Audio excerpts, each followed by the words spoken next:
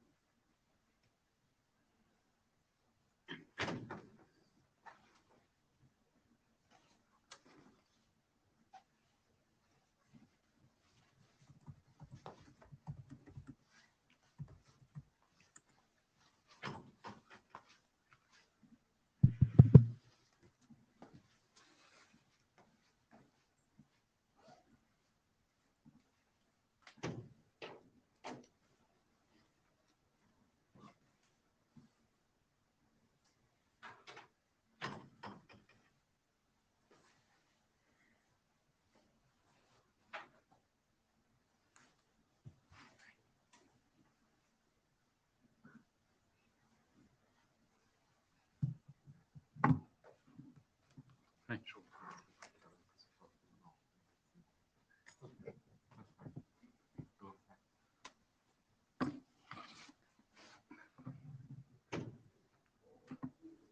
Alex, yeah.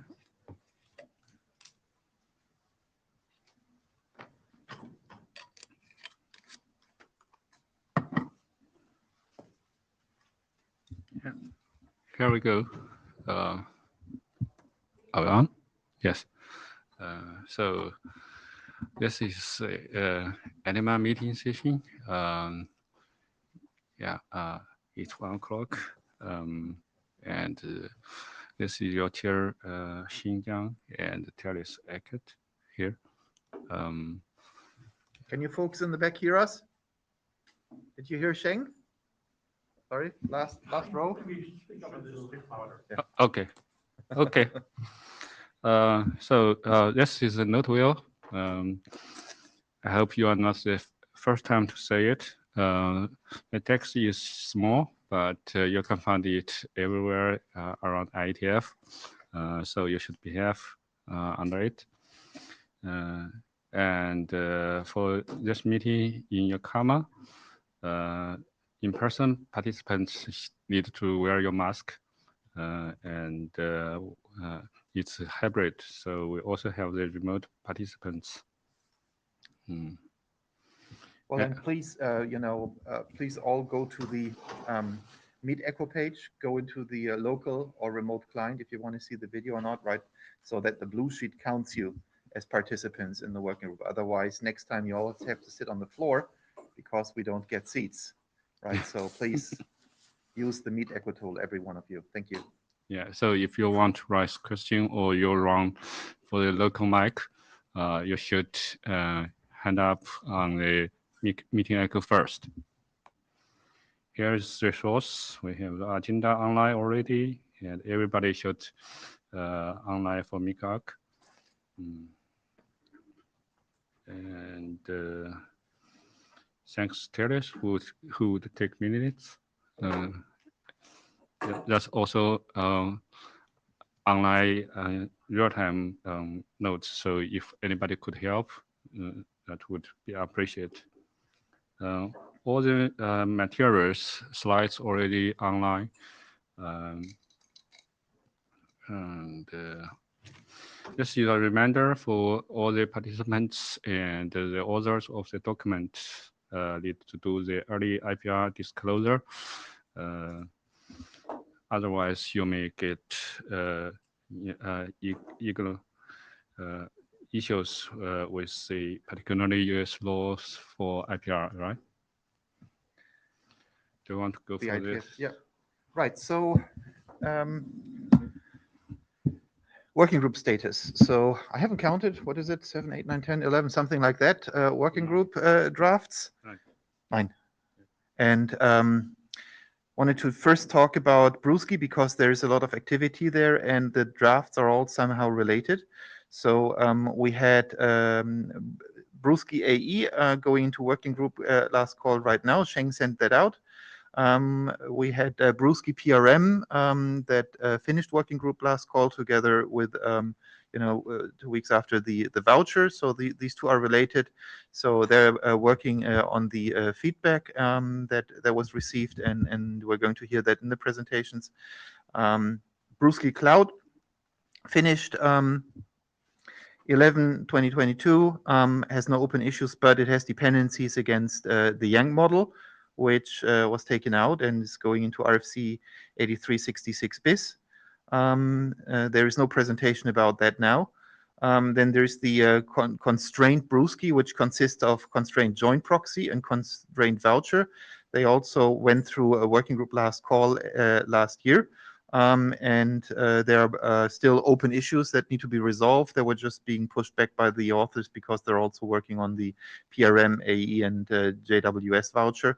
But so those will be resolved, and they're also needing to synchronize with 8366 for the Yang model. So Michael Richardson will talk about that in more detail later.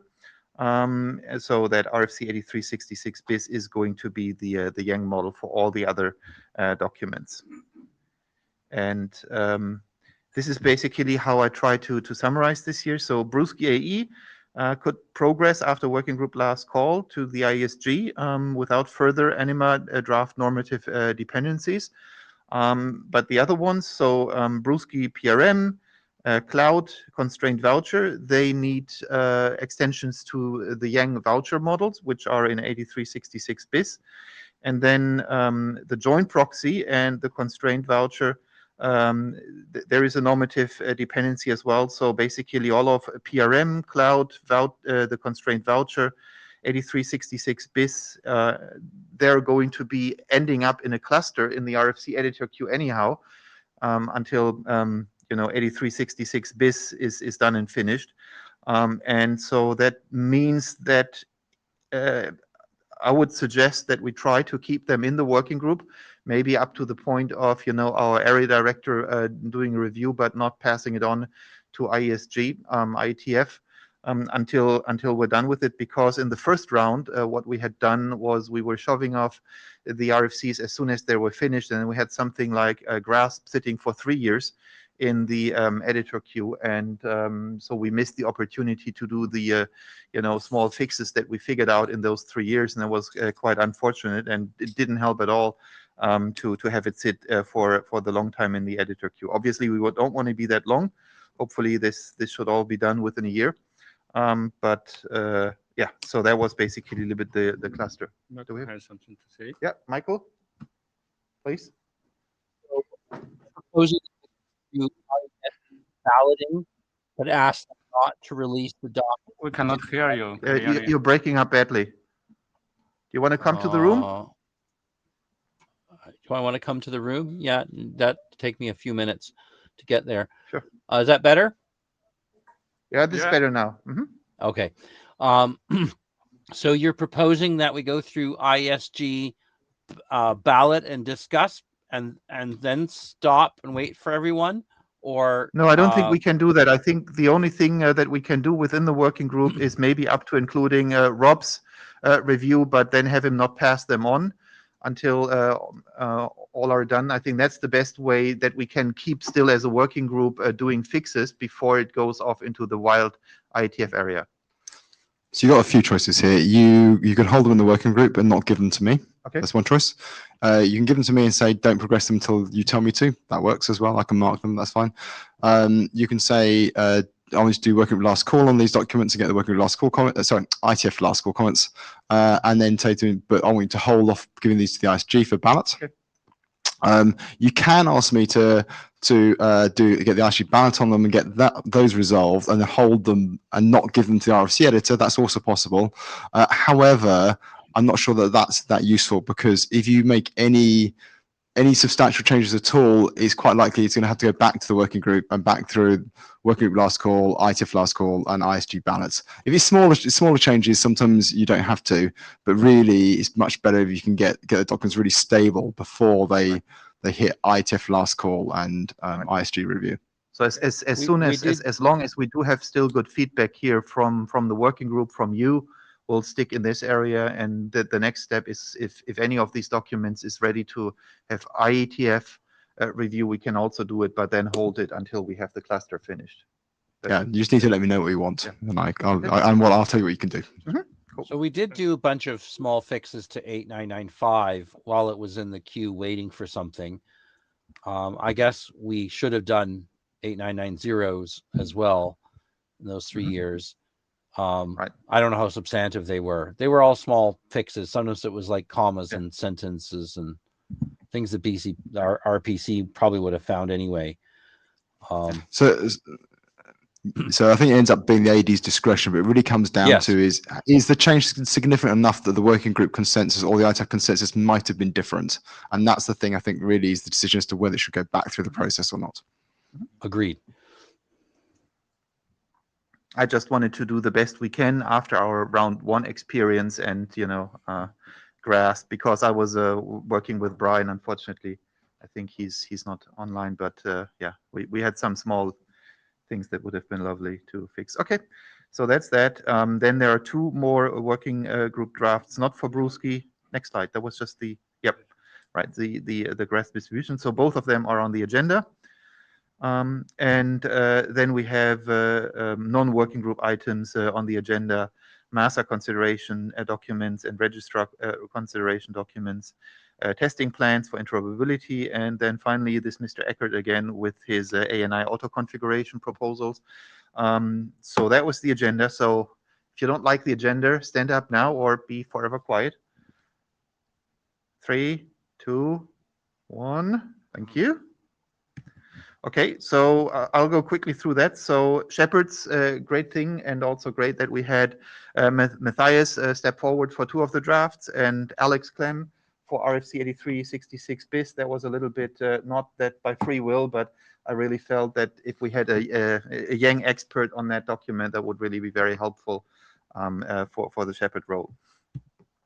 So then also, if you think this working group meeting is a lot of process, going through reports and thinking about the steps, yeah, that's part of the process. But if you feel there is not enough time for technical discussion, please come to us chairs, and we'll set up accordingly interims, for example. But otherwise, we also have the recurring Brewski design team already every week, and that's when on the Brewski side, on all these drafts, all the work is really done, and you'll typically see the output of that through the GitHubs, which would be then the final slide here of the reminder deck. So if you're interested in any draft, you may want to also subscribe to notifications on the updates of the GitHub, so that way you stay in line or get onto the weekly Brewski meeting. And that's it.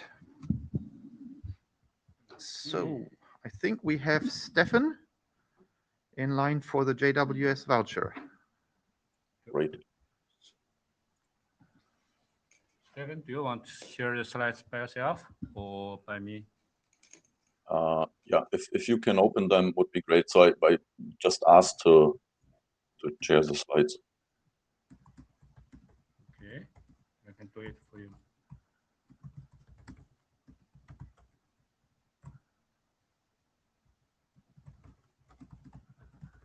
I believe that's it. Okay, I could have done it also. There is this option to run the slides from here, but if you do that, it's fine as well.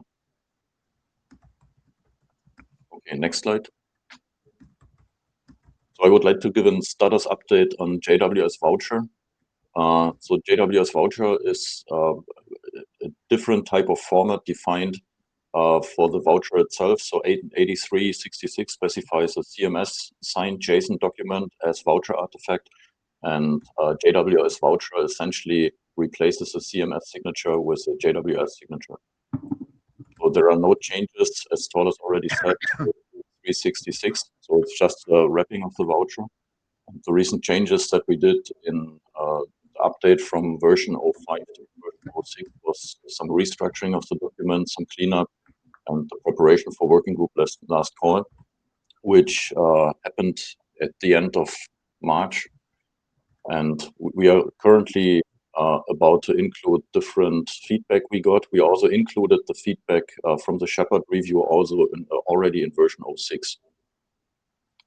So next slide shows some, right, so two major issues that were identified during the working group last call. So JWS voucher currently targets from the document status itself, it targets an update of RFC 8366. And there was a comment that this should not be an update. It's intended to as a different form factor compared to CMS voucher definition. So it's a proposal came up to remove the update, and we got some proposed text from the review, which basically targets the explanation that RFC 8366 bis still defines the CMS signed voucher artifact for based on JSON. And that JWS voucher essentially enhances that and defines the JWS signed voucher artifact using the voucher definition that are, or using the young definitions that are in RFC 8366 bis. Right, so this is one of the issues that we got back from the review, and also there was the request to include the type definition, the value definition, voucher, JWS, JSON, to include that to not miss the IANA registration. So the remaining issues that we got back were essentially editorial improvements. So they are currently being incorporated together with the two major issues stated above. So based on that, we have the next steps. Next slide. So what we are going to do is address the issues that were raised during working group last call. So it's implemented, interop testing is welcome. So that's happening in the context of Brewski PRM, which essentially depends on JWS voucher as it utilizes the format of the voucher. And then next steps would be finalization of the document and the Shepherd write-up. Any questions? Yeah, I think high level the point is this is kind of we're not defining the JWS voucher as derived from the Yang voucher, or am I totally confused here? No, it's just yeah, it's derived from the Yang voucher that is defined in 8366, and it's essentially providing a different encoding. So not a different encoding, a different wrapping. So the signature is not a CMS signature around the JSON voucher, but it's a JWS. Okay. Okay. There's no question on site, so we have done. Okay, that's still here. Yeah, I think we wanted to go for PRM now. Yeah, I think it would be, from a logical order, it would be good because PRM depends fine. on JWS voucher. Great. Number 6. Number 6. I'm going to change the. Fine. So I need to 6 online.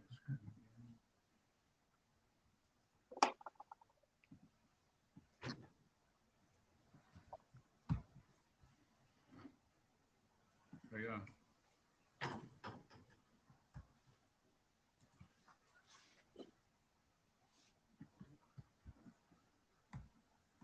Is that here? There you are. It's coming.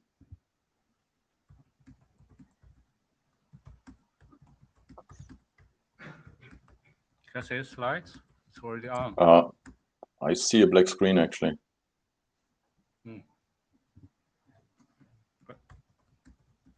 But that's already on. Can I see it? We see it here locally. Let me also get into. You should already see it. Yeah, I see it remotely. Wait.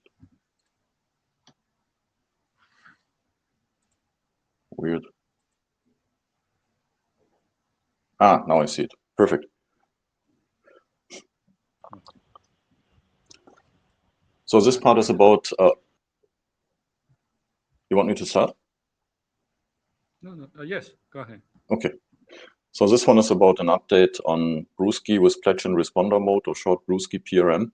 So the latest version is version 08. So that means we had version 05 during the last working group meeting in IETF 115. So we meanwhile had a couple of updates, as you can see here. So the main changes from version 05 to version 06 were English speaker. This doesn't work. nothing spectacular. So one thing was we addressed the open issue in GitHub. So I always refer to the issues that are stated in GitHub, number 67. So that was essentially to shorten the pledge endpoints. We had some lengthy names for the pledge endpoints, and we shortened them down to better prepare for constrained deployments. We kept the longer names for the registrar so far, but got some further feedback during the working group last call to also shorten those names and get back to some kind of longer, more expressive names for the shortened pledged endpoints, because right now we have just 2 letters and there was a proposal to go for 4 letters. We also included a table for the new registrar endpoints that are described in section 5.3 to have a better overview there. And then based on version 05, we had some comments from the early review from the security directorate, which were mainly editorial improvements that have been incorporated. And then some further review comments from the IoT directorate early review. And we got some feedback there regarding return codes for the errors, some terminology clarification, and also some hints regarding the use of normative language.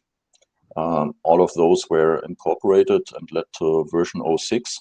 And then based on version 06, which is on the next slide, we had 2 further updates. Right. So that was the working group last call. So the working group last call resulted on one hand in the removal of any of the Young definitions that were contained in Brewski PRM. So in PRM, we have some, we defined some enhancements to the voucher regarding specific data that we need for the exchange between the pledge agent, the registrar agent, sorry, the pledge, and the registrar. So all of those enhancements in the Young definition, including the tree diagrams, were removed, and they are now contained in RFC 8366 bis to have a document that basically defines the complete Young definition for the voucher. We also, meanwhile, solved the editorial issues discovered during the working group last call. We still have some open issues. I put them on the next 2 slides. Those open issues are also listed on the Anima GitHub, and we are discussing and resolving them there. Then we had from Matthias the Shepherd review, which was is documented in pull request number 85. And yeah, here you see the open issues which are collected after working group last call. So thanks again to Torles for the in-deep review. We've got a lot of comments, and I'm currently about to incorporate the more easy ones, which are editorial improvements, structural improvements.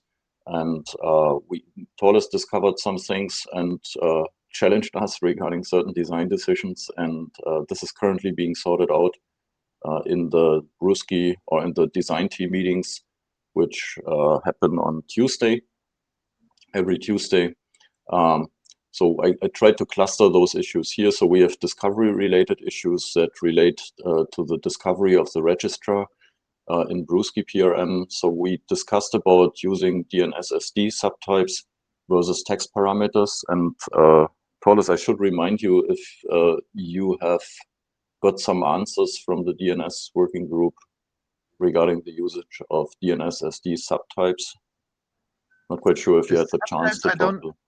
Yeah, the sometimes I haven't figured out whom to best address. I had sent off and put in an issue for the other point of the scalability of the replies. But yeah, the subtypes, I'll need to find someone, and otherwise send that also to the mail. Unfortunately, I had a conflict during the working group meeting, but yeah, I'll be on it.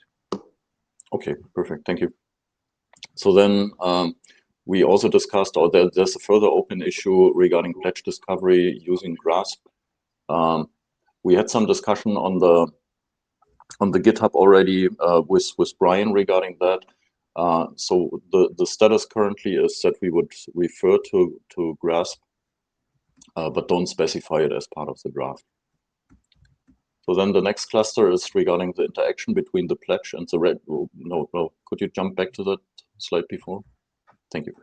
The next cluster is regarding the interaction between the pledge and the registrar agent, and later on the infrastructure.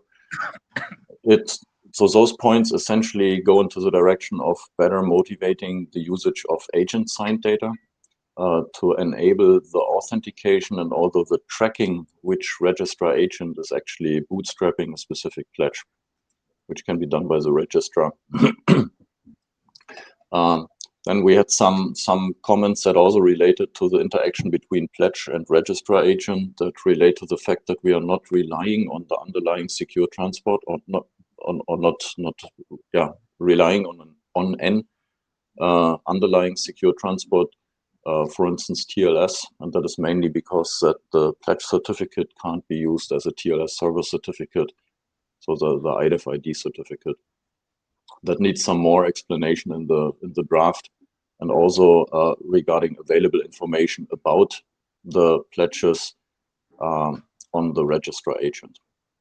So we had some discussions if the serial number alone is sufficient, or if the pledge, if the registrar agent needs also the IDEF ID CA certificate to do some first step validation of the IDEF ID that he receives from the pledge.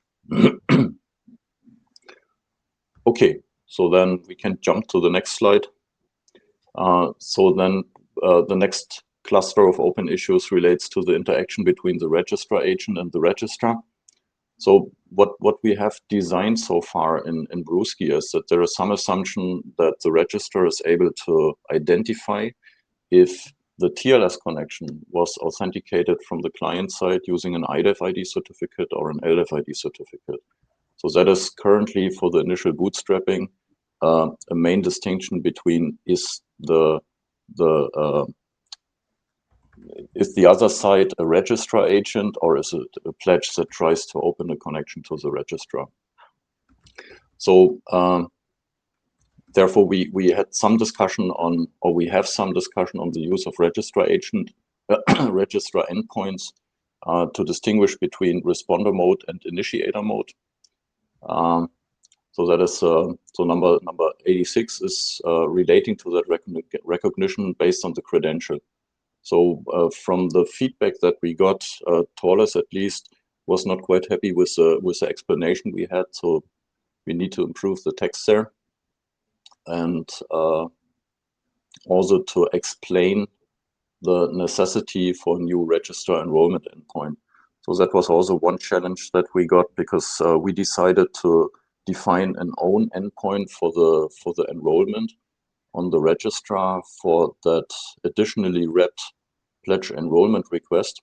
So Brewski is using PKCS10, and Brewski PRM is using an additionally signature wrapped PKCS10. And for that one, we defined an own endpoint. An alternative could have been to basically make the identification based on the media type and utilize the endpoint that we had. We decided during the design of Brewski PRM against that, because we didn't want to enhance EST as it is used so far with that wrapped PKCS10 approach, because that would go more into the direction of full CMC. But what we are doing is not full CMC, it's just a simple wrapping of the PKCS10, and that was one of the reasons to come up with an own registrar endpoint, to not provide a wrong view on the EST endpoint there. But this is something that needs some further discussion and probably some better explanation in the draft. So then we had also the last cluster here relates to a voucher request and voucher itself. So Torles challenged the naming that we had for agent proximity versus agent invited. So we picked agent proximity here because we wanted to express that the pledge is in the proximity of a specific registrar agent versus the registrar proximity that we get in Brusky PRM, in Brusky. So Brusky uses just the proximity to state that the pledge was in direct contact with the registrar. And we wanted to avoid that by introducing agent proximity to underline that the pledge was not in direct contact, but was provided with a voucher via an agent. So that is an open issue where we still have some discussion. And also the last one, number 90, we defined a second signature for the voucher to allow the pledge to do the verification that the registrar is in possession of the private key for the certificate that he got via the registrar agent. Otherwise, the pledge wouldn't have any proof that the registrar is in possession of this private key.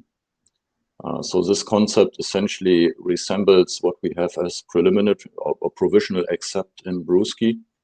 And we basically took that concept over to Brusky PRM, but based on the signature of that additional signature of the voucher. So that may also need some further text for explanation. Okay, so next steps for PRM are essentially to address the open issues. All of them, as I showed before, are listed on the Anima Git. We have some further things. During the Shepherd review, we got the request to do some restructuring of section 5 and section 6 to better distinguish between what is the actual call flow and what is the definition of the different objects that are being exchanged. That will be addressed after we address the open issues and also the editorial improvements. So we have a stepwise approach there to make it better, trackable and visible what we changed in the draft.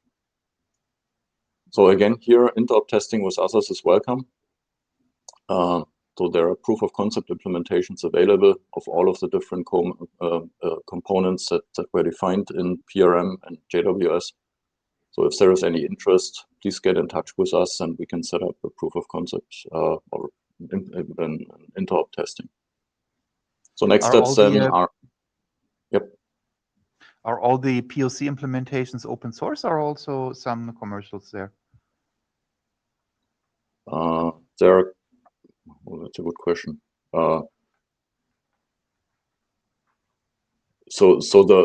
We have some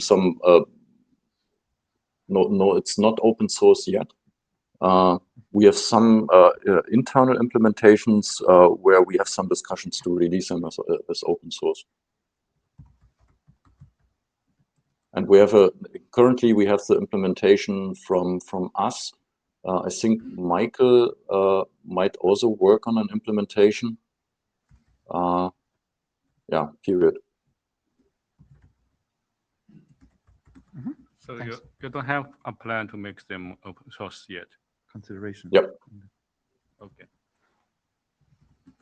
That's fine. Need some more? No. Nope, that's essentially it. So if there are any questions, I'm happy to take them.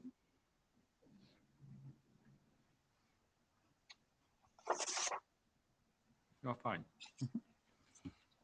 I don't think there are questions on site, so you're fine. Okay. Okay. So in case there are any questions, we can clarify that over the mailing list or also over the discussion that we have on the Anima GitLab.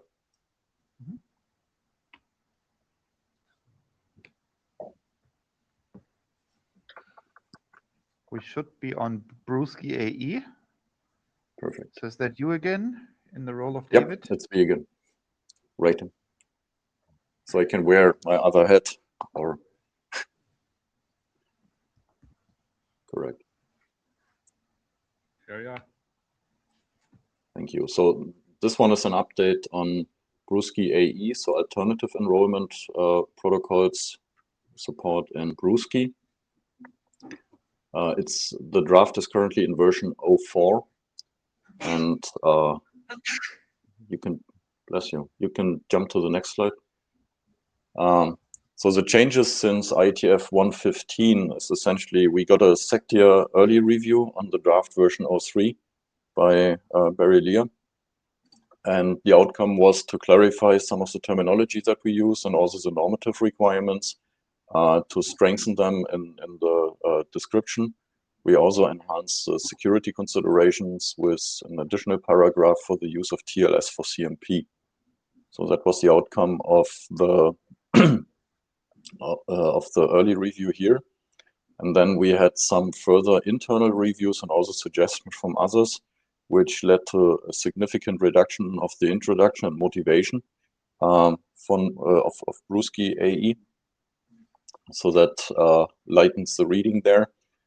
We also had, we clarified that the pledge registrar communication is not restricted to using TLS. It may be DTLS for constrained Brusky, but essentially as Brusky AE is providing the opportunity to utilize alternative enrollment protocols and using that specifically on the base of lightweight CMP.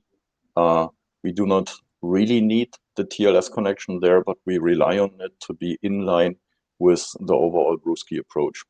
So in that said, there is no change necessary if we switch to constrained Brusky by simply using DTLS underneath. It was also clarified that the registrar must be in the loop regarding the decisions for granting an LFID in the same way as it is done in Brusky. The reason for that was since Brusky AE, utilizing the lightweight CMP approach, provides self-contained signed objects.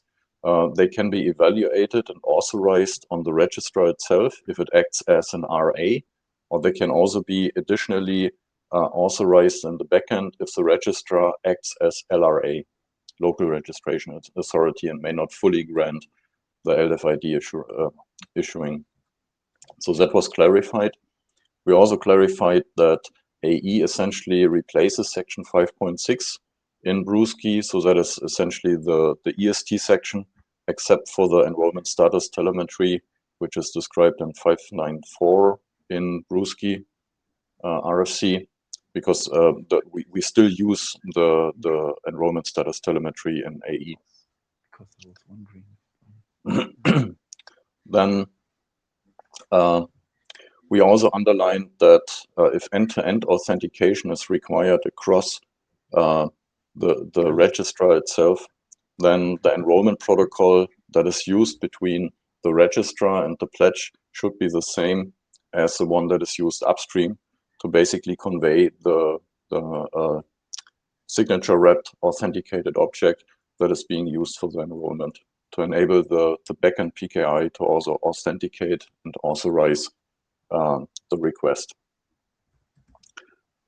Then we also removed the Appendix A, which was included for using EST for certificate enrollment, as this is already described and specified in Brusky itself, so there was no need seen to further provide a description here. So the relevant points are integrated in the supported scenarios section in AE. So those were the latest changes in there. And based on those changes, we went to working group last call, and the document is still in working group last call. So that means we are waiting for feedback from there. So what we did, what we've done since for IETF115 was to finalize the proof of concept implementation of Brusky AE based on lightweight CMP. The working group review was done by Michael, thanks to that one.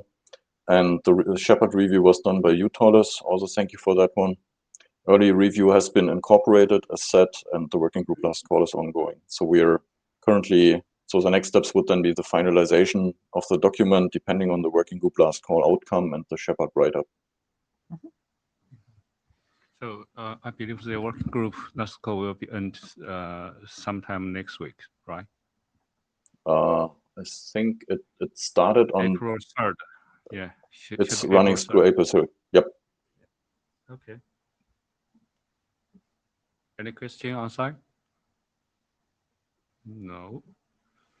You're good. You're done. Okay. Thank you. Thank you. So, And now we're, I think, on 8366 BIS. yes. Michael, I want to run the slides or? Yeah, I want to run the slides. If you can give me, Okay. pass the permission to me, or I can take them, or I can put the slides up myself. You should be able to do it by yourself. There Yes. we go. Oh, apparently I can pick them myself. There we go. Share. Yeah, we saw it. Yeah. Here you go. Good. Hi. So, 8366 BIS. After a bunch of quietness on what we were going to do, we're back at it, and we adopted it last year, thinking that we were going to go to internet status. So that was the plan before. We thought we were going to go to internet standard, and all we needed to do was fix a couple of pieces in there to allow Brewski AE, I think it was, no, PRM to say to have an alternate proximity status, assertion status, and we included a Yang module that would be IANA maintained. And that was basically it, all we were going to do. And then we had some other discussions about whether we should do some other things about this. So then what happened? Well, this is what we were doing before. We had this augment process. We created 8366, 8995, augmented it to create the voucher request. And we had these two objects that everyone was pretty happy about. Okay. So then we did this other thing, right? We then augmented those things. On every slide. Yeah, your mic is on. Then we did these other things to create PRM and PRM's voucher request there. And then we thought, okay, let's make the constraint voucher. And we asked this question last summer-ish. Well, what if I had a constraint PRM voucher? How would that work? All right. Would I just keep using augment? And what would we do with that? And disaster. So for those of you who are not intimately familiar with Yang, I recommend it instead of various recreational drugs. But I'm going to be talking about this. Apparently, I get a few minutes in Net Mod on Friday, because I think this is kind of a bit of a disaster to me. So the way augment works is it actually copies essentially a copy of one content grouping into another. So that's the pink part to start with. And so we actually copied it into the voucher request, and you can see the constrained voucher request has a copy of the voucher request, which contains a copy of the voucher inside of the smaller pink things, if your eyes are really good. And when you build the constrained PRM voucher or the constrained PRM voucher request, I didn't draw it all out, then you wind up with 2 bits of the pink part. And Piang and other tools rightly say, whoa, hang on here, this is duplicated. Why have you got 2 of these? This is wrong. Initially, actually, it's just a bug. It just would overwrite one with the other. We had issues with SID allocations, and would it keep allocating new things, and it just didn't work. So that was kind of the question of, well, did we do this wrong? Before we continue, should we figure out if there's a better way to do this? So one of the things you may know is that Yang data has been replaced with this SX structure. I think that's 8791 instead of 7084 or something like that. So we tried doing that. Okay. So one of the other interesting things that if you do this is that you wind up actually with a new SID file. Now, when we did the SID stuff in the constrained voucher, we were not too surprised that the constrained voucher had one SID allocation and the constrained voucher request had a different SID allocation, even though they both have an expires on field, for instance. Those were given different SID values, and that wasn't too surprising. In hindsight, actually, it should have been. It should have been like, whoa, hang on, that's actually an augment of this other thing. Shouldn't have the original SID value from the voucher. It's the same essential field. And the answer is it did not. And so if you were to go ahead and somehow make the constraint PRM voucher to work with augment, you would get another SID allocation, which actually what that means is that each time you create a new colored box, you're actually creating a new kind of object. And you see this at the JSON serialization, and you see this in the SID space. So actually, you're not just extending an existing object with additional fields. You're actually creating entirely new objects. And initially, that wasn't obvious, I think, because we're just looking at the SID things in this day. If you'd asked me in 2018 what to do, and you'd said I have CDDL, I would have said, well, we're just going to do the CDDL because this is exactly what we want, which allows the subsequent documents to extend through plugins the existing content. So what if we go back and we use SX structure and we don't use augments, but we create groupings? And so the idea is we create these. In this case, I've created 4 different structures, which can be in 4 different documents. And when I'm ready to create my voucher, I just import that pink part into it. And when I'm ready to create the voucher request, well, I import a pink part and a red part, and they're slightly different hues, but you probably can't see that. And I can't see that on my screen anymore. And of course, so the next step is, okay, so I want to create the PRM voucher request. Okay, so I just import the pink part, the red part, and the green part. And now I'm not getting multiple copies of it because I'm doing it directly, and it can continue on. I can import the pink part, the red part, and the blue part. And what does that do? I mean, I can import all of them and have the constraint PRM voucher. Isn't that great? Okay, so that's works well at the Yang level. At the SID level, there's 2 problems. There's 2 first. First of all, it turns out that the new voucher we've created is not compatible with the one that we had. That's should be something that YangLint would tell us. Unfortunately, there are bugs in YangLint that mean that I can't even get it to run on the original code, let alone the new one, or to show that the contents of the original document are still parsable by the new one. But looking at what I see, my intuition is no, it's a different object that we've created with the structure. The other interesting thing is that with these pink, blue, and green components, you actually wind up with another layer of dict in the serialized JSON. So you actually get something very different, and you get a different SID structure as well out of that whole thing. So when we try to serialize all this to CBOR using SIDs, we actually wind up with, again, 4 or 5 different objects when what we wanted was maybe at most 2 objects that are extendable. So we're actually getting no kind of, we're not getting any additional code savings. We're not reusing the same code. And strictly speaking, we should be reallocating new SID numbers and, parsing them as new structures. And that's essentially, I think, not what we're looking for. We're looking for a single object that has some stuff, and you have certain fields which are mandatory and certain fields which are not. So what do? We removed all the Yang from all the other documents. We stuffed it in RFC 8366 BIS as a revision to the object that we had there before. We pulled in the voucher request in there as a signal augment to it and put everything that we needed from all the other documents in it.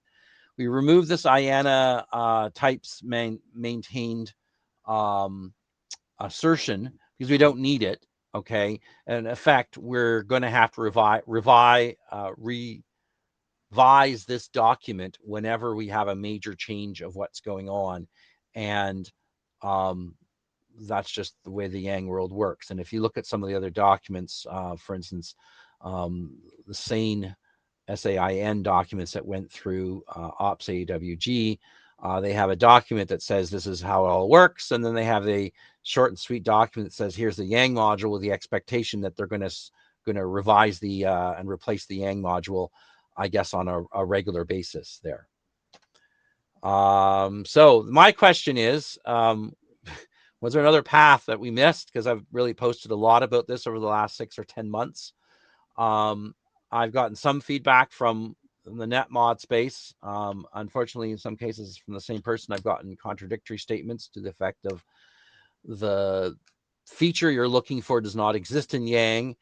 And then a couple of weeks later, well, why didn't you just do it this way? And the answer is because the feature we wanted does not exist in Yang. So a little bit frustrating that way. I would have liked to have more review and more feedback from them. And I'm going to run these slides on Friday as well, and maybe I'll get some more things. But that's where we are now. As far as I can see, we're going to have to write this document as a proposed standard. We don't get to go to internet standard immediately. Maybe in 2 years, a friendly ISG would advance it.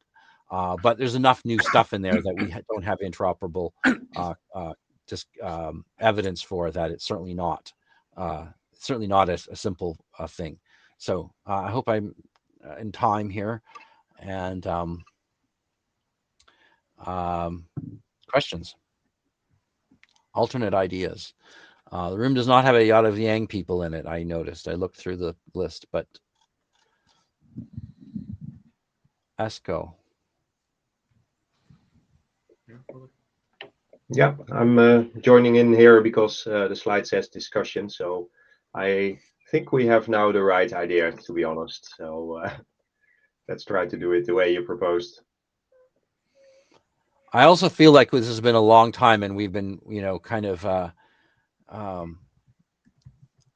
lost in the fields for quite a few months, but again, I think we're finally, where we need to be on this. Okay, Rob. yeah. So, I don't know your actual Yang that you've got here. I can try and take a look and see what you're doing. But if the Yang experts in NetMonitor said there's no clear way of doing this, then I'm sure they're right. It is worth saying when you sort of refer to things like objects in Yang doesn't really do objects, so that might be a sort of disconnect effectively, that Yang is like a tree of data, and you can create new stuff in that tree, but you can't really have like floating blobs of data. The way in Yang you would normally represent that is by using leaf refs to one entry in the tree is one way of solving it. Another one is like when statements and optional stuff, choice statements or when statements. We're not doing RPC, right? So, we were led down the Yang path in 2017-18. It looked like a good path with Yang REST, and that was experimental at the time. And my advice is to the next group is don't go here, right? One of the other things we could do is rewrite it all in CDDL at this point. Would not be hard to do. And it would let us do what we want. I don't feel like I'm quite ready to let go of the Yang. But, we could go that direction if the working group thought it was simpler. We could do that next week instead of this week as well. I don't think it matters much. Yeah, I can't comment on that. I don't know the issues you're hitting here. So, okay. Yeah, maybe from my side to finalize that sentence, if you have an idea, please take it somewhere else, because I think we've spent so much time on this already. So if any of the young people think there is a better solution, I would be happy to say that we would love to wait them write a draft about how to do this stuff better, and we'll be happy to review the draft. But unless then somebody else shows how to implement that draft, I think this is the right way. Well, ultimately, right, we just want our encode serialized CBOR and serialized JSON to look the same. And, as long as that's the case, we haven't broken any bits on the wire. It's just a question of whether we have the same amount of mechanism to evaluate and document it, right? That's really the power here. Okay. Okay. Thank you very much for all that write-up. Hopefully that's the end of it.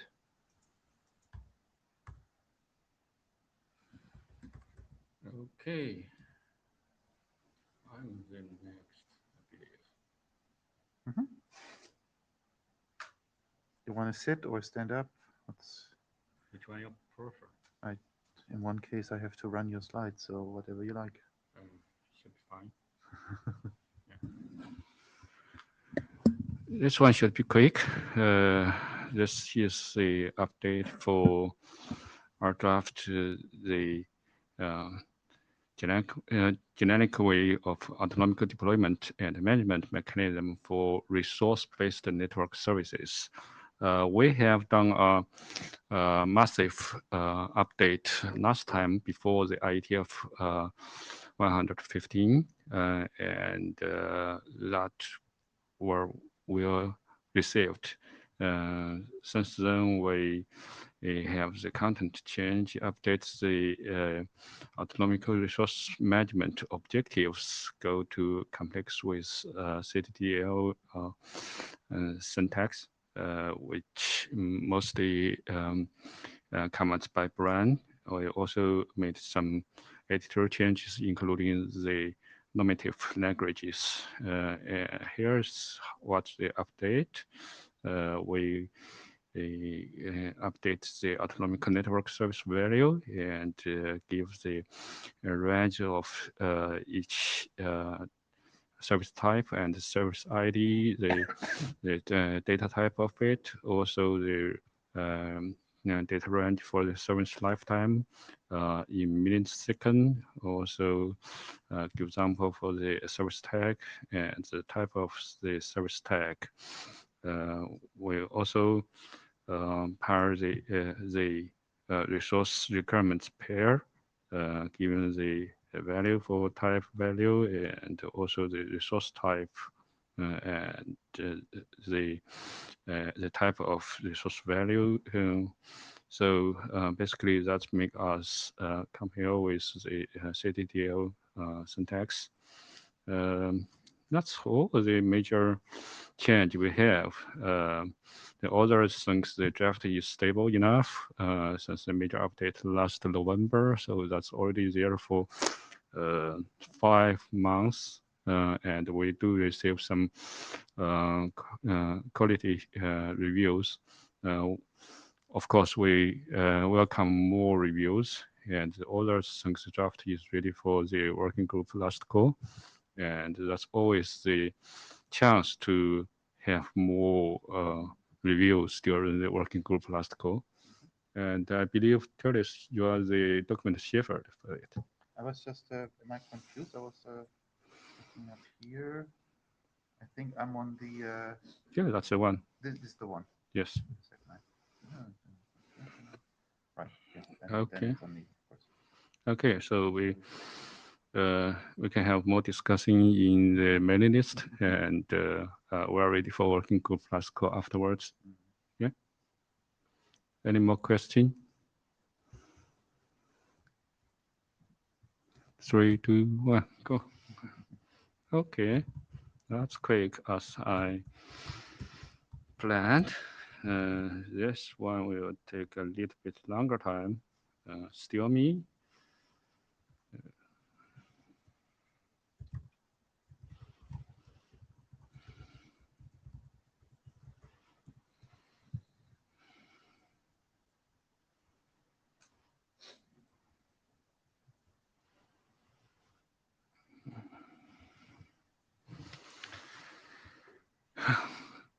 This is another draft which is already adopted by the working group for a long time, but sitting there for no progress for a long time already.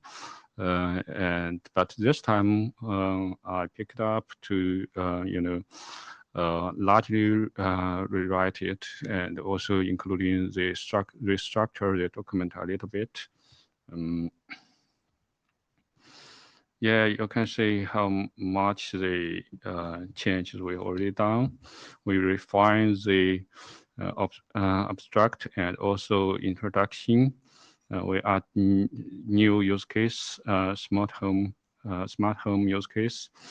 We integrate technical analysis into chapter 4 for analysis of information distribution mode and requirements. We resort out the analysis of it, and clearly point out the gap of current grasp protocols that motivate us to do the extension we are defined in the chapter 5, and we also change the previous load behavior session to be the processing behavior on autonomic loads.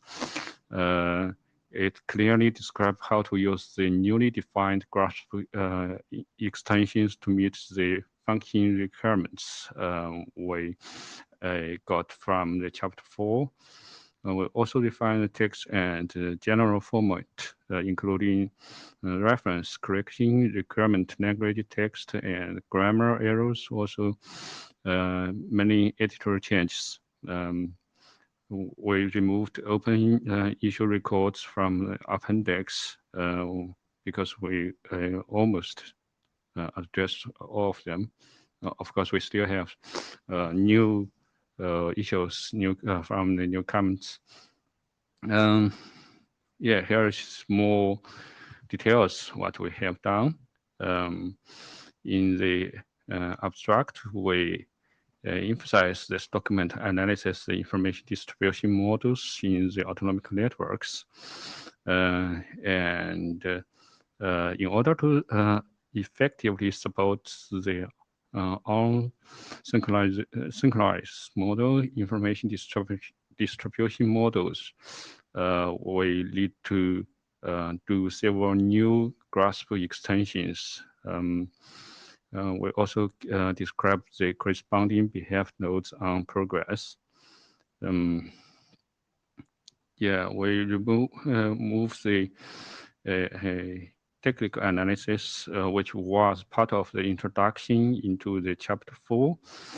And for the chapter 3, the use case, we keep the 3.1 service-based architecture in 3GPP, but we emphasize there its service information must be restored first, and after that, whenever the information is requested, it can be delivered properly to the request network function, because that's one of the major motivation we did to do the new grasp extension.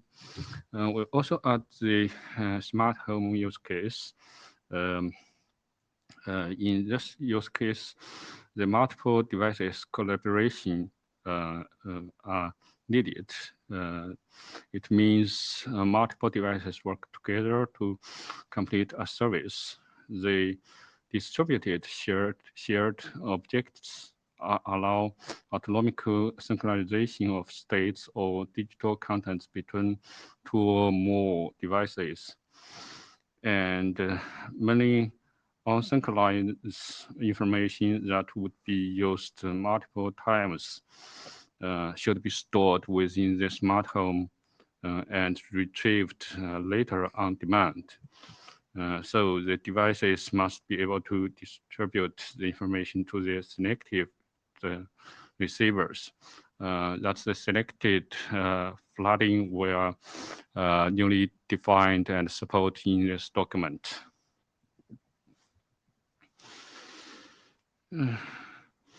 And we also analysis the information distribution models.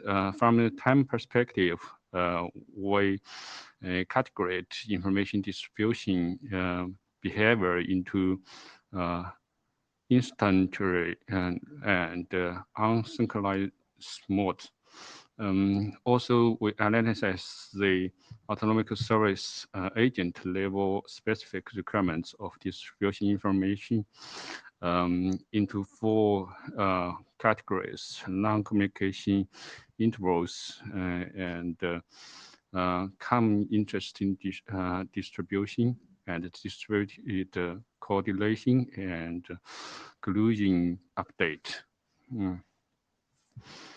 For all those information distribution modes, most of instant nurse mode has already been supported by the current GRASP protocol already, but on synchronization information distribution modes need new functions to be supported.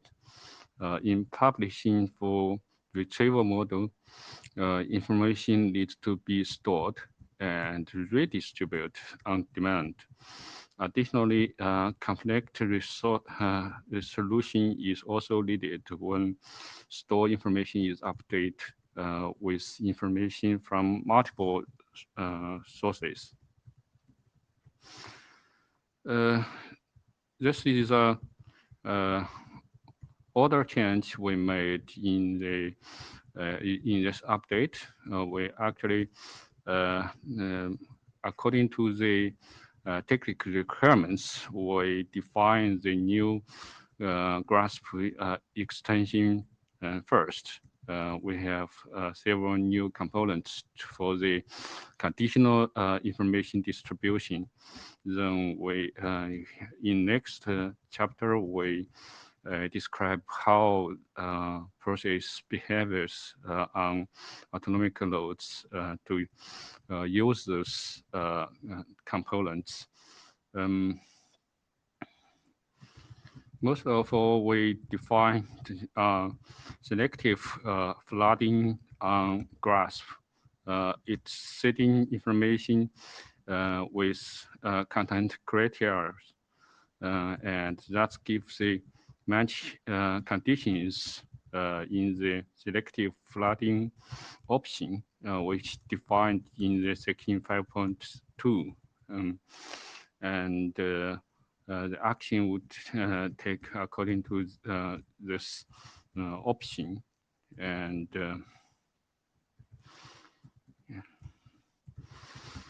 the behavior described in chapter 6, also the event queue, which helps the ASA to publish information to the network and subscribe or unsubscribe to interested information in all synchronous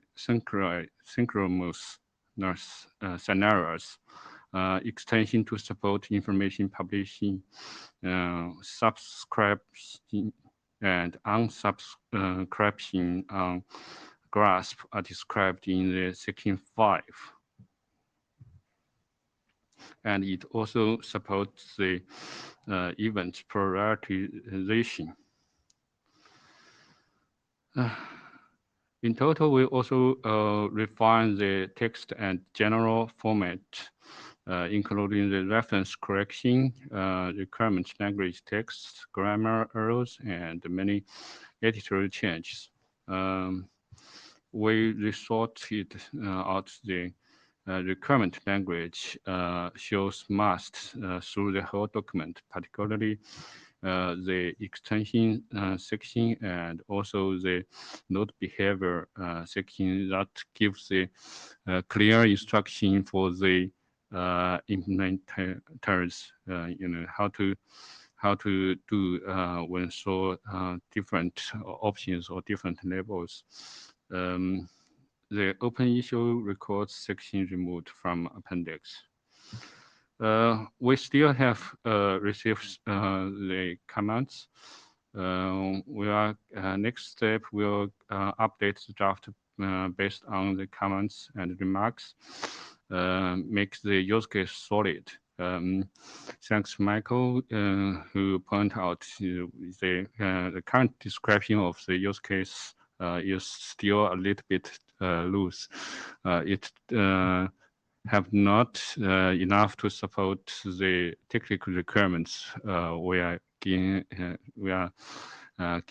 in chapter 4. Yeah. And those use cases should tightly map to, into the technical requirements. And we have the implementation plan to implement the new grasp extension defined in Section 5. But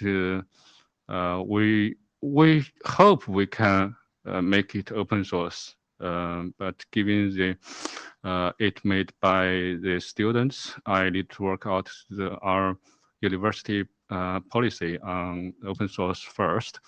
And also, Brian, this our implementation is based on Brian's grasp implementation. So Brian told me that's his open source license is different from the general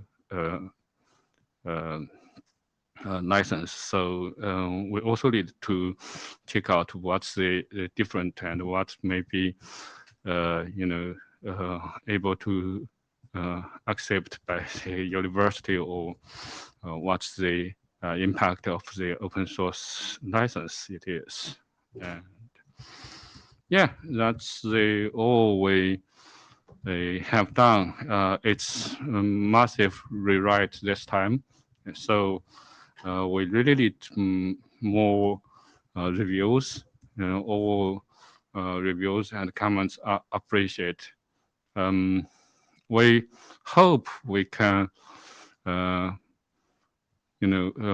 make a stable version through this year. Maybe be stable enough in November. Okay, that's it. Thank you very much. Any question? Let's see. Is there Okay. anything on here? Once, twice. Okay, down. So who's next? It's Michael, I believe. Yep. Number 8, please get to the microphone. Oh, do you want to share the slide by yourself, Michael? Yep. Okay, so Becky, it's yours. I should start the slides myself. Okay. What am I talking about? This one. Yeah, we saw it. Okay, good. Hi again. So I'm going to talk about, well, there's 3 documents, but this working group only really has to deal with 2 of them. So as we were doing some of the interop work a few years ago, one of the things that became clear to me is that there were choices that I was making in my implementation, which were not necessarily supported by the documents. In particular, there were restrictions that I didn't know whether I could make on whether they would work or not, that other implementations might have a much harder time dealing with, particularly around, for instance, the choice of certificates and private keys and availability of them and which machines have them and how things go. So, for instance, Brewski in its registrar to MASA connection encourages you to use a client-side certificate on the registrar, and the question is whether that key has some relationship to the key that is used to sign the registrar voucher request. And so what happened is that I wrote 2 documents. This is one called Registrar Considerations and MASA Considerations, and they both had a fair bit of code of text in them about PKIs and how the PKIs work and how the private keys are stored. And ultimately that document was split off into a document which has now become adopted by the T2T RG in the IETF as a taxonomy manufacturer installed anchors. I could have put the draft name there, but it's on this last URL if you're looking for it. So that happened last year, and these other documents got some minor bits of update and about what their content is, and some minor rewriting to remove the text that was moved to the document, and they need a little more tweaking. Some documents have been published and other things like that. So fundamentally, there's two pieces of advice if you're building using Brewski, and whether you're using with an ACP or not.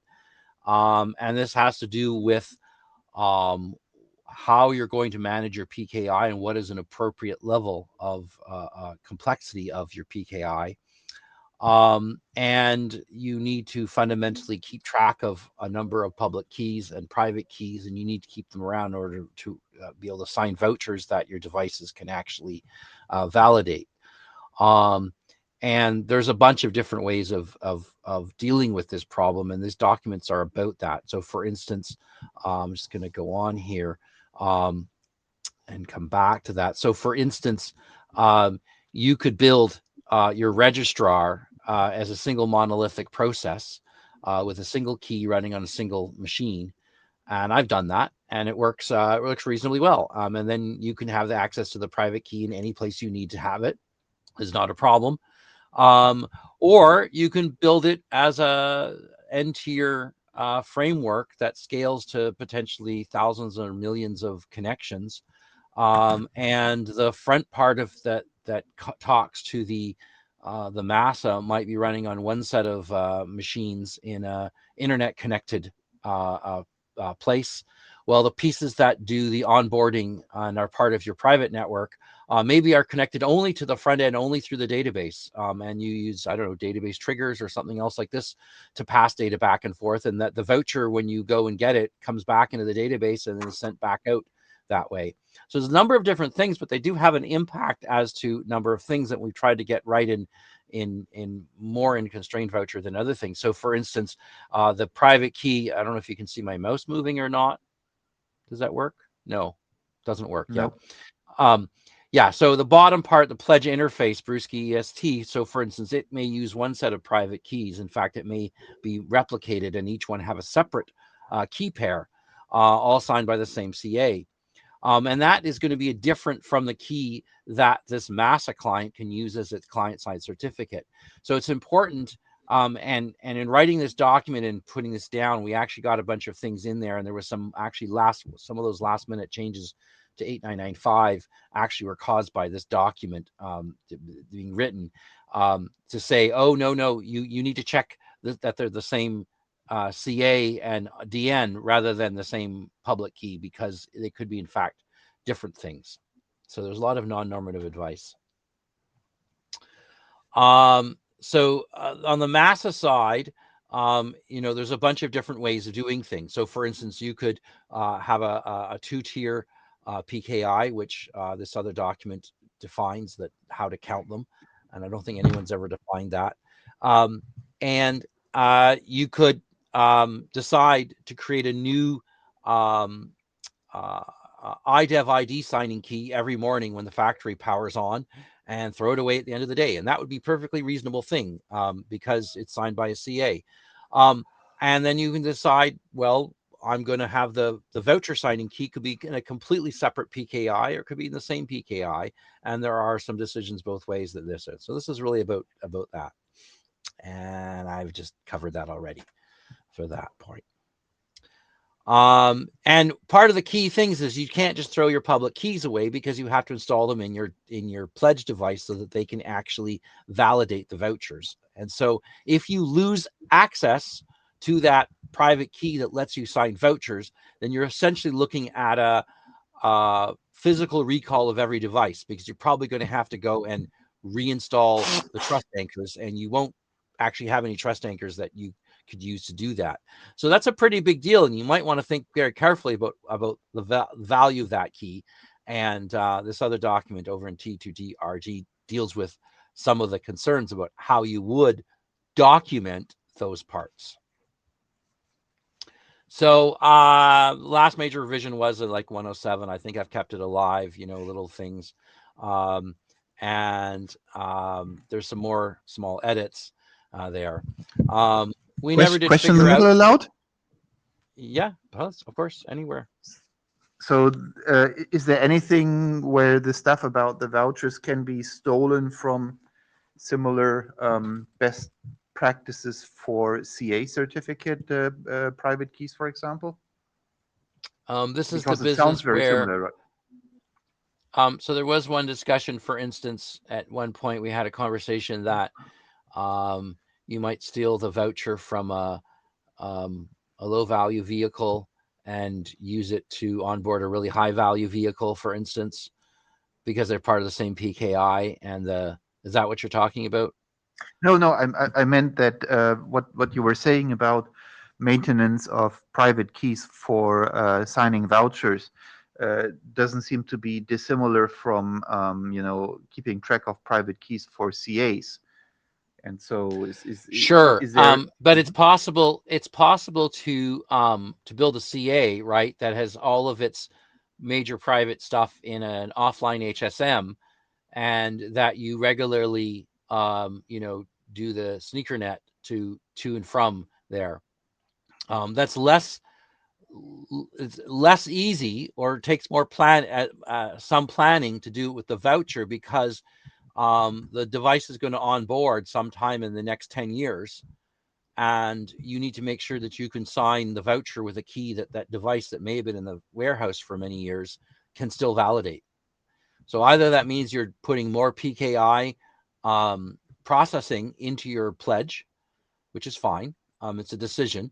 Or you have to keep more keys around. You could, for instance, install a new voucher verification key per jour, right? Every day you can put a new one in, and then you just keep them all around, right? Forever, or until you've onboarded them all. But those are two vastly different decisions with very different operational results. Does that answer your question, or did I miss it?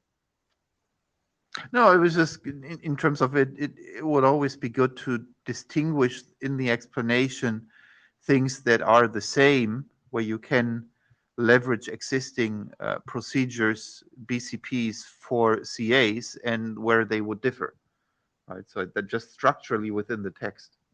Yeah, so that's why the document, a bunch of text, went over to T2TRG, because in many cases there weren't good ways of even explaining, if you were to write a BCP, what would the set of criteria be, and how would you name them consistently?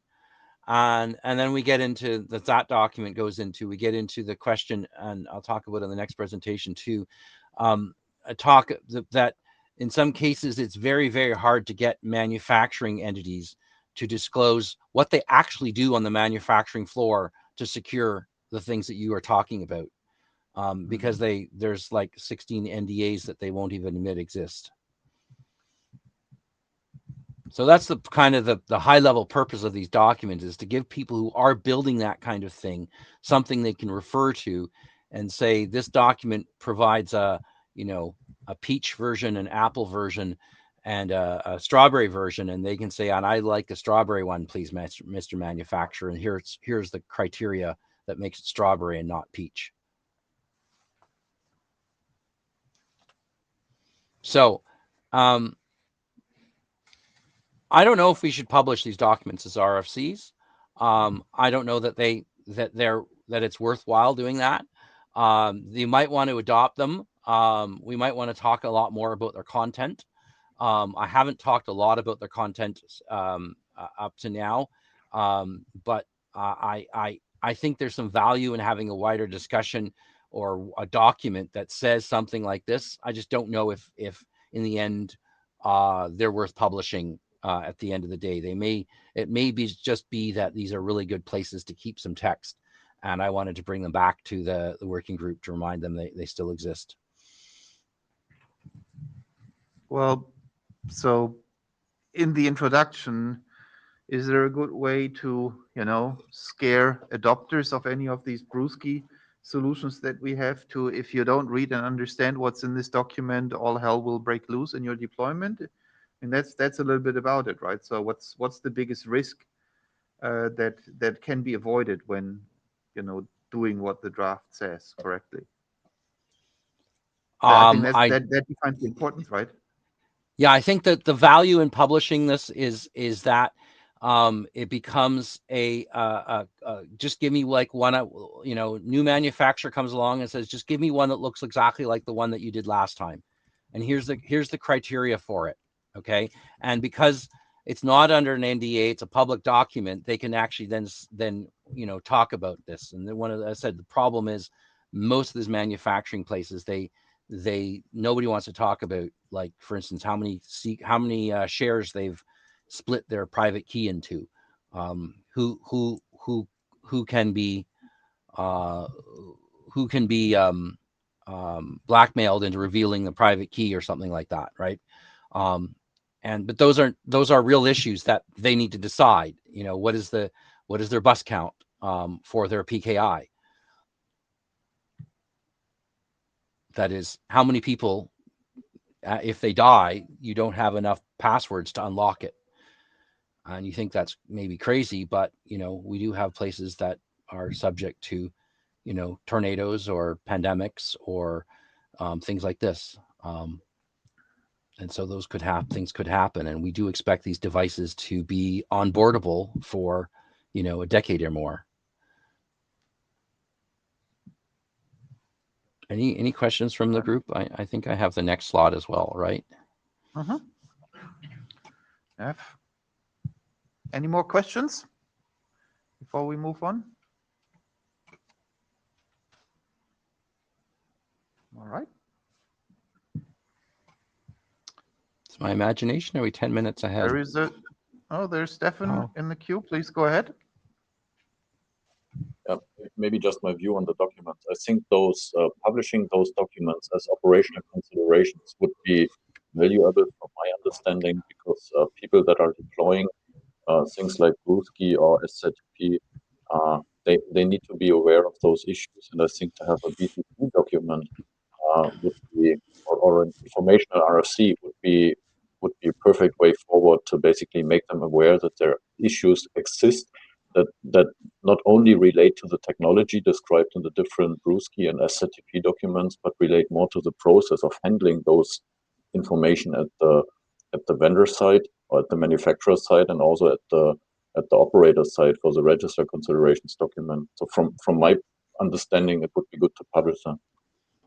Yeah, and the IETF has published documents about root name server key operations and things like that, and they're very they're similar things, but we haven't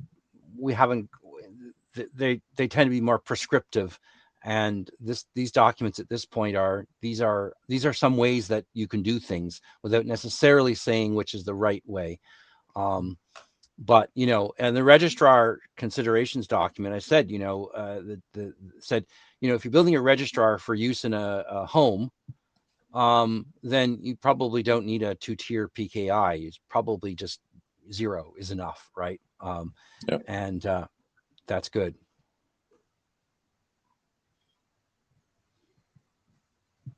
Oh, we're in ops, so I don't think we have a big issue of having another informational operational document when we have a clear agreement on the value proposal of it, right?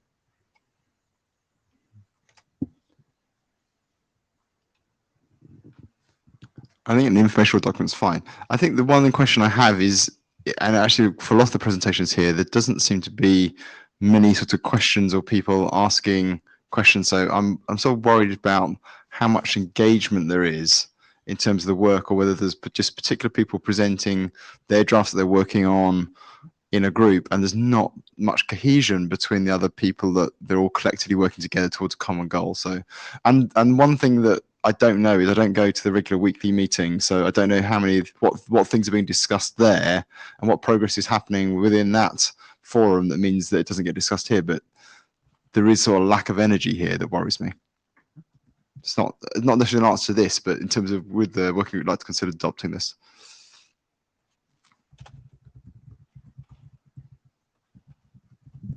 This is Matthias Kovac. Maybe just to comment, to give you some feedback here. So you might have seen my name as a shepherd there. So I'm rather new to this group. I put some work into understanding, of course, the documents I'm supposed to work on. So there I'm rather focused and know what's going on. There were some other documents or updates here. I must say I was overwhelmed with the speed here. So I I don't know, there was so much. I tried to look up some things and I couldn't formulate any questions in my head. So there were a bunch of those. And then there were some topics, for instance, I don't know where GRASP is used. What is the purpose of it? So it's a whole block of work inside this working group where I'm lost. So there are some parts where there's definitely interest, and there's a bit this being overwhelmed. And then some parts, yeah, they are a bit specialized maybe. I don't know. I cannot comment on this. Just to maybe give you some feedback. Maybe to go back to these documents here for the sake of it. So I would also like to see this published because this is really interesting knowledge and people need to know this. So yeah, I would support this.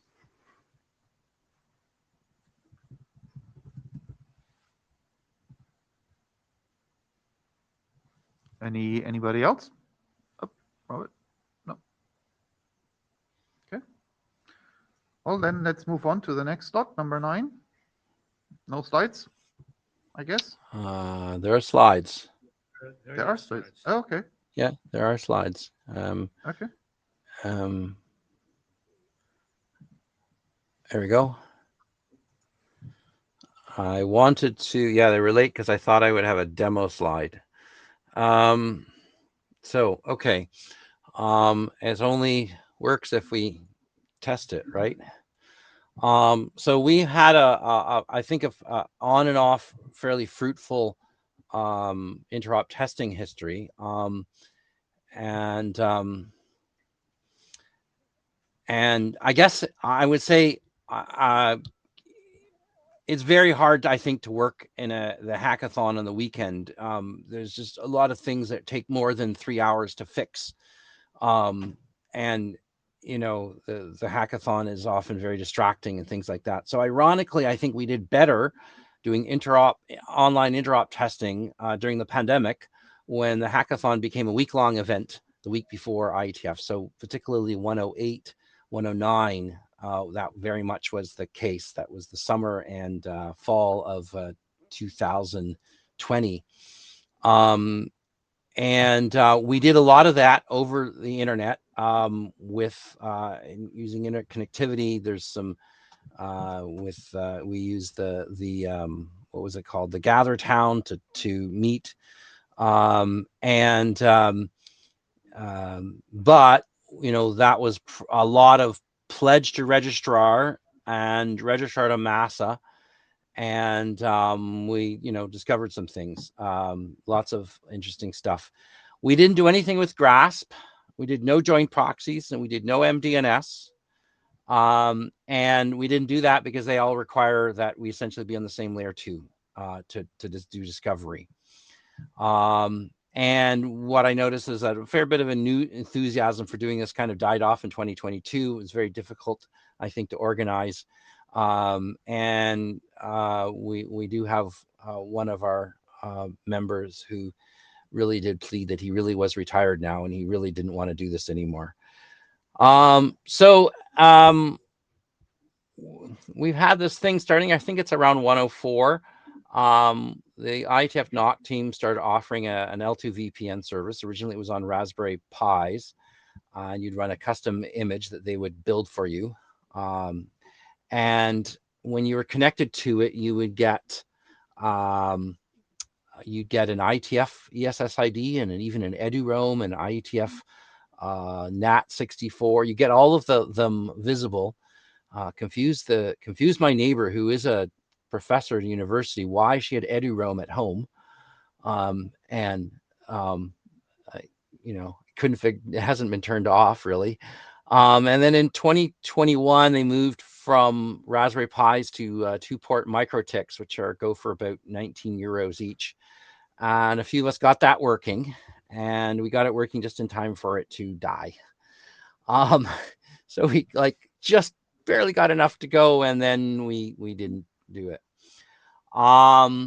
So I've had a lot of conversations with Charles Eckel and some of the NOC team. I forgot Sean's one of his names, and they've done a really, really good, you know, made a big attempt to figure out how to do this and how to make things go and what do we need versus what do other people need. And one of the constraints that we found was that essentially the equipment that they use gets packed up 10 to 15 days before the meeting, it's shipped to the meeting, and then it's, then it dies after the meeting, and then it's like a month before it gets taken out of the boxes and then happening again. So ironically, in exactly the time when we have the energy and the focus to actually, do some work in the week or weeks before the IETF is exactly when we can't use it. And so there's been a number of like, we're gonna fix this, we're gonna fix this, but it didn't happen. In one case, they lost one of their core people to apparently setting up all the COVID testing booths, the Wi-Fi for the COVID testing booths all over Germany, right? That clearly was way more important than our hack VPN kind of thing. If you've been in Germany and gone for a test, you'll discover that they have their own access point there specifically so that you can sign up for the test at that point there. So there's like 100 third-party non-standard, not RFC, IPsec VPN solutions out there. I heard of Zero Tier a couple months ago. A couple people liked it. It seems to be a layer 2, and it was supported on the MikroTik boxes that a bunch of us already have. Seems to use some high UDP port numbers. It doesn't get through a lot of firewalls as a result. Some kind of a mesh network. And the first 25 nodes are free. I put one up. And essentially, that's what I'm proposing is that, we'll do that. And if we get to 25 nodes and we have to pay beyond that, that is such a good problem to have that, I'll figure it out. It's not that expensive. I think it's like $5 a month for another 25. So I didn't want to put the network ID to join, but if you know the network ID you're in, its security is questionable to dubious.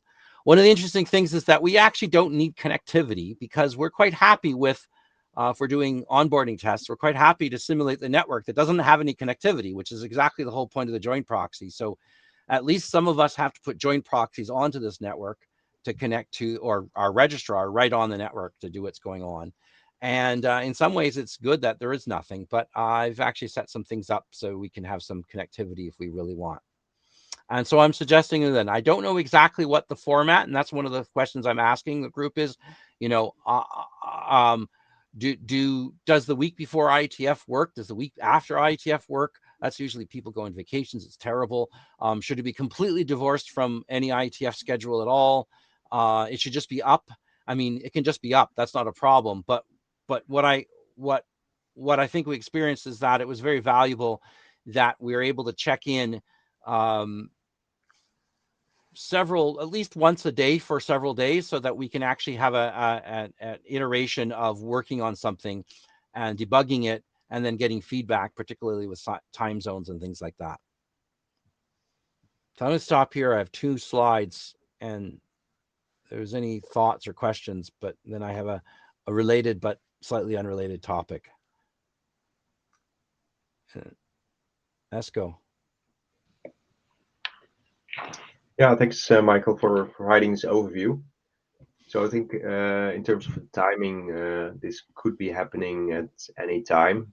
I think it doesn't need to necessarily be in sync with IETF meeting schedule if we can test remotely. So I actually had a long period where I just kept my registrar and Masa up for, well, all the time, basically, accessible over the internet.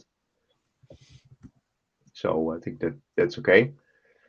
I don't know how many people we still have that are interested in this. So at some point we got an extra person in, but then didn't hear much again, and Peter dropped out. So I'm not sure how many we still have that are interested in this work. Is there anybody locally here to reach out to get a rundown of setting this thing up here in Yokohama? On your system there? So my notion is that someone could show up at the IETF hackathon and, with the somewhat blessing of the NOC, I think they were quite happy about that. Just set it up on a table. I'd be interested to set something up. I just would love if there's somebody local to talk to. Otherwise, we can talk about it in one of the Brewski meetings, but if there's somebody in the NOC or so, you can recommend to reach out to. No, I don't think anyone particularly knows that the system or any other system. Maybe. I don't know that they do. It was relatively easy to do. Yeah, I think the biggest obstacle is maybe that you need, so of course, some Brewski related software that you want to have tested. So that's most of the work, I think, right? Not setting this up. And there's a little bit, it's the wiring on the downstream of the thing, right? You have, if you've got to figure out how you're going to, like, you don't just wire it into your home network and go. That won't work, right? You have to think, okay, I need to plumb this into a different network, a different switch, into VMs on a different virtual port or something like that. And that's a kind of thing that is very specific to your environment, but we can talk about it. It's fine. I don't mind.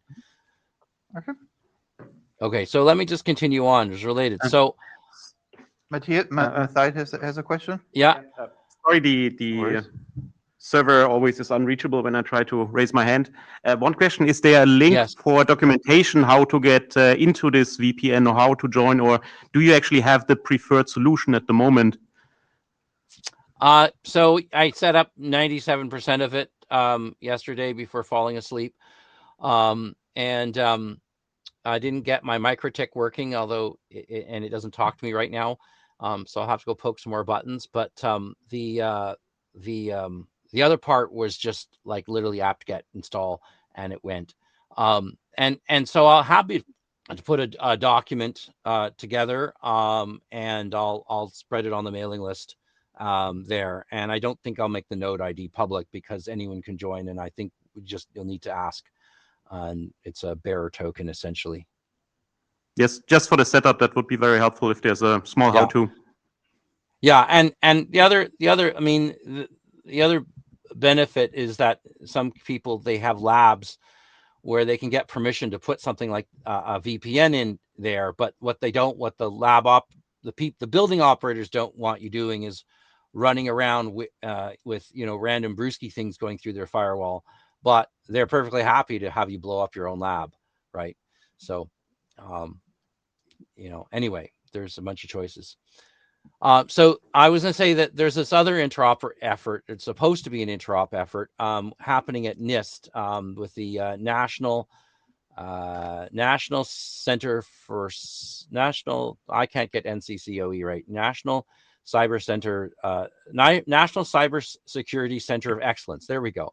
So they started in July 2022. They did some presentations at times to some of the, I think, working groups in 2021. Took a long time to get started due to the pandemic, I think. But they've been running this stuff just outside Washington since last summer, and I expect it to go to around July 2023, although it's not really open to new participants at this point. There are 2, maybe 3 Brewski-based efforts. One is mine, and there's another one from Inquiring Minds, which is not yet ready, but is supposed to be ready any minute now, which is we're trying to interoperate between the two of us going on. And so they would also be probably very happy to join a VPN. And then there's another one, which is thread-based, and I think is using Brewski for application onboarding, but those people have been very, very quiet about what exactly they're doing. And so it's a bit unclear. Maybe you might have to read the final report in the end. And I just want to mention that was happening, and maybe we'll hear from them in San Francisco or something like this as to their final results. But that's the other effort that was happening. Many didn't get a chance to know about it. I'm done. Thank you very much. Any more questions? Okay. I think it's me. Yeah. Can you share the slides? Do I have? So you already put it on.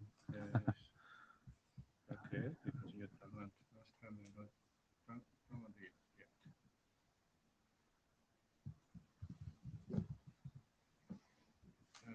no.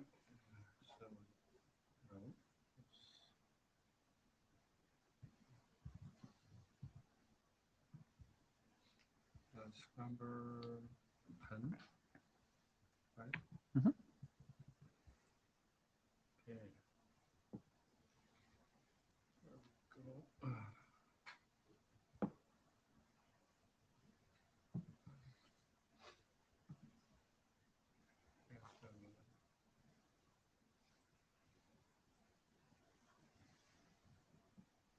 There we go. Very good. Okay. Thanks.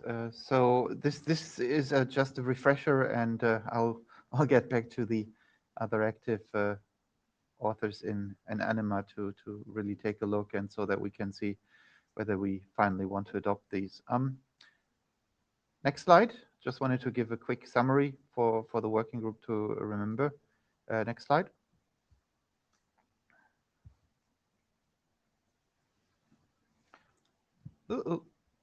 Right. So the whole purpose of this is starting from what we have released and published, Brusky ACP, the ANI, Autonomic Network Infrastructure, and how can we get that as a fully automated running management plane infrastructure for the RFC 8368 use case, which is existing networks, things people would deploy today, adding the Anima infrastructure, ANI, and basically allowing that for the network to be automatically pluggable together so that it can be managed from a controller, from a management person somewhere else. And it's really not that difficult. Most of the stuff are done by Brusky and ACP, but there are a couple of really core service aspects that have to be auto-configured by themselves.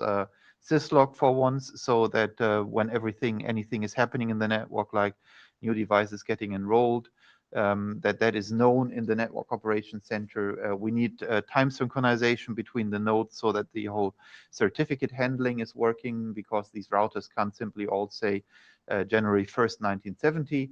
And then if we want to remotely access the networks and configure them through controller and netconf, or manually through the CLI, we need authentication for that. That's typically done by radius or diameter as the choice of what typically all the routers support. So these services simply need to be auto-configured. DNS also would be very nice to have, but the whole infrastructure should certainly work without DNS. Next slide. What really we need to do is that we do describe the model on how this works. And that is that every router has the client services, syslog, NTP, radius, diameter, and SSH server, so that remote access to it is possible.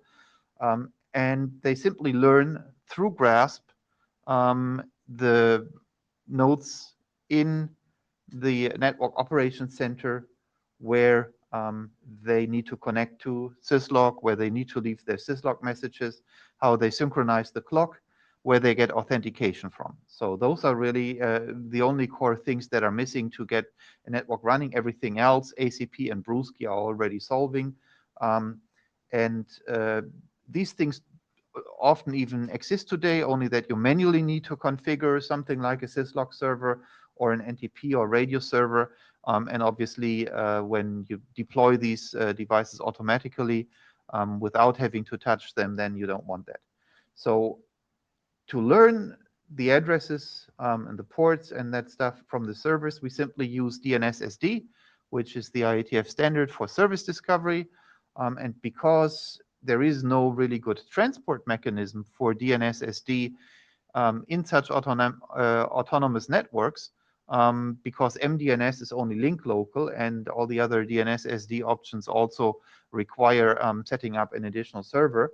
We've already designed GRASP so that we can flood this information. So the only thing that we really need for that, beyond describing these services, beyond describing what is in this services DNS autoconfig draft, is that we need to specify how we express DNS-SD information as GRASP objectives. Next slide. And that is exactly what the second draft does. The GRASP DNS SD is describing what's shown here on the right-hand side. I don't want to give, for time reasons, through too many details, but if you do understand DNS-SD, you know there are a lot of different resource records like address record, AAA record for IPv6, CNAME, pointer, service text. So it's fairly convoluted on all the information that you need to put together. And luckily, or you even put them in a single packet, so that you don't have 4 or 5 times round trip. But in GRASP, we can put that all in a single GRASP objective on the right-hand side that has all the elements that otherwise in DNS in MDNS are split up, and that way we come also to very simple implementation. But on the service side, it's pretty much the same thing, right? So there is no difference. It's all the same DNS SD stuff. I'd run that past the DNS SD working group, and so the expert there agreed that that is a very useful additional transport to have for DNS SD. And so that's basically the goal of this document. Next slide. So if we think about applicability, so I started this because as the author of RFC 8368, I wanted to have, for these existing networks that want to be auto-configured, that functionality. But I would also think that all the, work that we're currently doing for IoT networks with many of the Brewski variations, this work would be very useful because we simply need to define the service discovery that we want with DNS SD records, which is what we already are doing, and then we can have implementations. Once we have this specified, avoid having to implement MDNS and all the complexity, or work across a layer 3 domain, which they wouldn't be able to use with MDNS, right? So it's simply another efficient transport and an option to create easier implementations than a full MDNS stack on every system, right? So and I was coming up with that recognition when we were discussing the whole Brewski PRM functionality, discovering pledged, discovering registrar, right? So that would be using only what we've been defining, the DNS SD service records for that, and then simply saying later on, okay, instead of using MDNS in a single LAN, we can use this in a single LAN or layer 3 network, right? So that's pretty much it. That's the sales pitch. So please read these 2 drafts and comment, and then hopefully when enough people have read it and think this is useful, we can get them adopted in the working group. Actually, Teresa, I mean, you said we don't want to invent the wheel, reinvent the wheel, but giving out the requirement for auto configuration, there's already a lot of function or protocols can do it. Like the neighbor discovery can, neighbor discovery can, advertisements, any services in the H IPv6 network, Right, but or they're not generic, right? So neighbor discovery is a protocol very specific to IPv6 address management on a subnet, and very few routing related services, right? Whereas this is basically in the same scope as what DNS-SD does. And if you go through the DNS-SD registry by IANA, there are hundreds of services for which this is defined. So this is simply a different transport beside MDNS, link local multicast, and unicast DNS, which is a more complicated setup, right? So this is just changing the underlay, right? So the whole point is not to reinvent the service discovery wheel, of which the biggest one we have in the IETF, the most flexible one, right? So all the ASAs that we want to do, we don't have to figure out, oh, we need to do new ways to do their service discovery. We simply use DNS SD and then different instances, right? If they're running with an ANI, they can use this. If they're running any ASAs we built, and I was pointing you to some other work, they can simply use in other networks MDNS, maybe more constrained. If they're less auto-configured, they can use unicast DNS. So Yeah. it's a nice framework, right? yeah, I mean, how they currently the DNS SD reach the edge load. Yeah, that's if so typically what you would do today in large corporate networks is you set up a big unicast DNS infrastructure, and you need to run a couple of different protocols. The first one being that if you have a service, I forgot the number of the RFC, you need to be able to update DNS records so that your new service instance becomes known by the DNS. It's a large system, so there are authentication parts of it. So yeah, you can set this up all with unicast DNS, but you won't find anybody who tells you how to do this all in an automated fashion, right? So this is meant to be very lightweight, automated, and yeah, as soon as you're not doing services for the ANI itself, right, but you're doing services for user and application services, this is not the transport you want to use. At that point in time, you're using again the existing unicast DNS service, right? This is all for the services that we're using in the ANI itself for ASAs, for our network stuff, when we don't want to depend on, because the DNS that is run by network operations, that are typically in large enterprises also different organizations from the network infrastructure. You don't want the network infrastructure to depend on the DNS operations, right? So No, but our ANI cannot cross those network either. No, it's a matter of who is running which components, right? So we've basically built solutions in network routing in multicast that were depending on DNS, and then they basically the unicast DNS, right? And then they said, oh no, we now need to set up our own DNS that is run by a different team. Sorry, I mean I think we're running out of time here. It's 56 already. No, we still have 2 or 3 minutes. Yeah. But that's fine. if you want to do the chair wrap up, then yeah, there was the one point which maybe Michael and others we had for the constraint voucher, this temporary allocation by IANA. I forgot that in the chair slides originally. Is there any reason why we shouldn't extend that for another year until we get the constraint voucher out? Is there any change in what we've been doing? I don't think so. Yeah, just reconfirming here. Please go ahead, Michael. I need to double check, but I have a suspicion that it may actually move to 8366 BIS. But I need to double check because I can't really remember what it is. But we certainly should retain it for, as we get to, it's going to be 6 months before we get to the IESG based on your plan. So we definitely need it beyond April 10th. Okay. So you're sure that this is fine? Okay, good. Then I'll ask them to do it. Extend it. Yep, that's pretty much the thing I'd forgotten in the chair slides. So that means we complete all our agenda. Oh wow, we've got 3 minutes free time. Yeah, we're giving back to everybody. That's fine. We're done. Thank you very much. Okay, so unless you have any more questions regarding to the ANIMA working group, then we are done here. Glad to see you here, and hopefully see you all next time in San Francisco. Right? Okay, safe journey back. Thank you. Thank you.